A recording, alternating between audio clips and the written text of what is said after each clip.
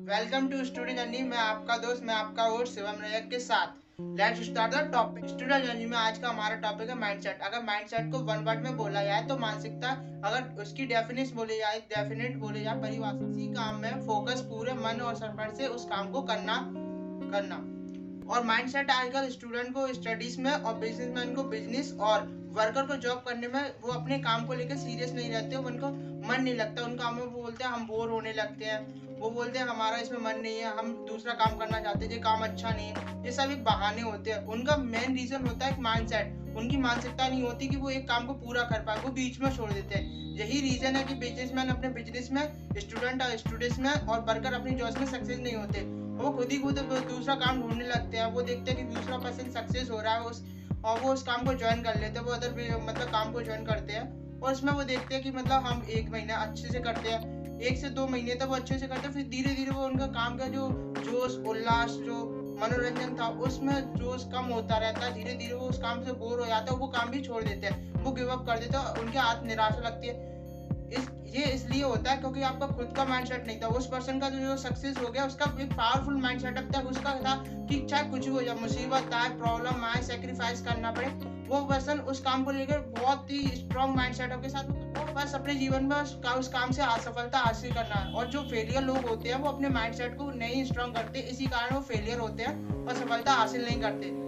हमको एक strong mind setup बनाने के लिए अपने दिमाग को काबू में और मन की शांति एकांत में ध्यान केंद्रित करना होता है। मैं आपको स्टोरी सुनाता हूँ, आप उससे थोड़ा बहुत मतलब आप समझ सकते हैं कि एक कैसा माइंड स्ट्रॉन्ग कैसे होना चाहिए। एक पर्सन था, बहुत ही गरीब फैमिली, वो गरीब फैमिली के बिलोंग करता था। उसकी मतलब वो पढ़ाई में भी अच्छा, मतलब उसकी पढ़ाई भी पूरी नहीं हो पाती। जैसे तैसे उसने अपनी पढ़ाई पूरी की और वो वकील बन गए।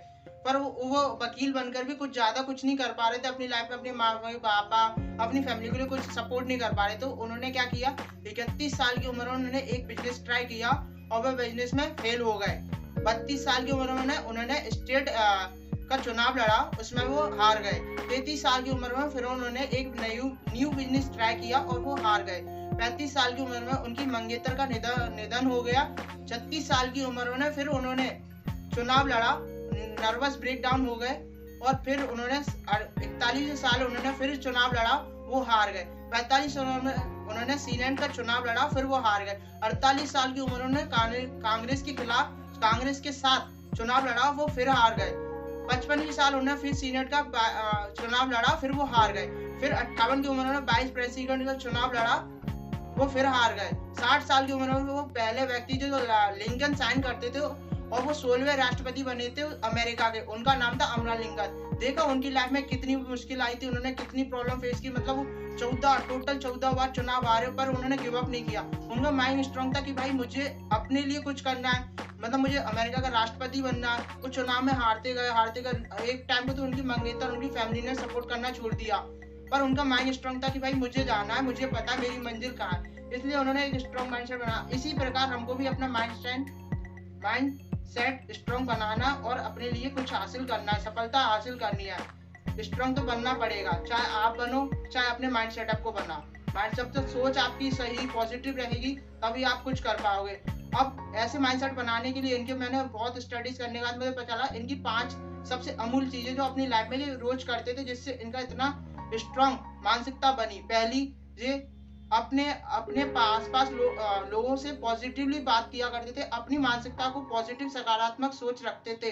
और जो नेगेटिव लोगों, जिनकी नकारात्मक सोच थी, जो इन्हें डिमोटिवेट करते थे, उनसे ये दूर रहते थे। सेकंड चीज, ये ज्यादा से ज्यादा किताबों से सीखा करते थे। ये रात को किताब पढ़ते थे, दिन में किताब पढ़ते थे, जिससे ये अपनी पॉजिटिव सोच रखे, सकारात्मक विचार आए। और जो लोगों से, तीसरी चीज, ये सबसे ज्यादा क्या करते थे, ये खुद से बात किया करते थे। ये खुद को समझते थे कि भाई मैं क्या हूँ, मुझे क्या करना है, मैं क्या कर सकता हूँ, मैं अपने आप के लिए कितना बड़ा आदमी हो सकता। ये सारी चीजें खुद करते थे। तो अपने आप से खुद सवाल किया करते थे कि भाई मैं अपने इस, आज मैं ये कर लिया है, कल मैं ये करूंगा। मतलब ये खुद को, मतलब एक टारगेट दिया करते थे, जिससे खुद सकारात्मक विचार लाए। चौथी, जो नए नए रोज लोगों से मिला करते थे, जिससे ये उनके बातचीत से उन्हें पता चले, लोगों को जान पाए कि मतलब लोग क्या सोचते हैं इनके बारे में, ये कैसी विचार धारणा रखते हैं, कि मतलब जिससे नए नए विचार आए इनके मन में, उनको नए नए आइडिया मिले। लोगों से मिलना भी जरूरी होता है इनके अकॉर्डिंग।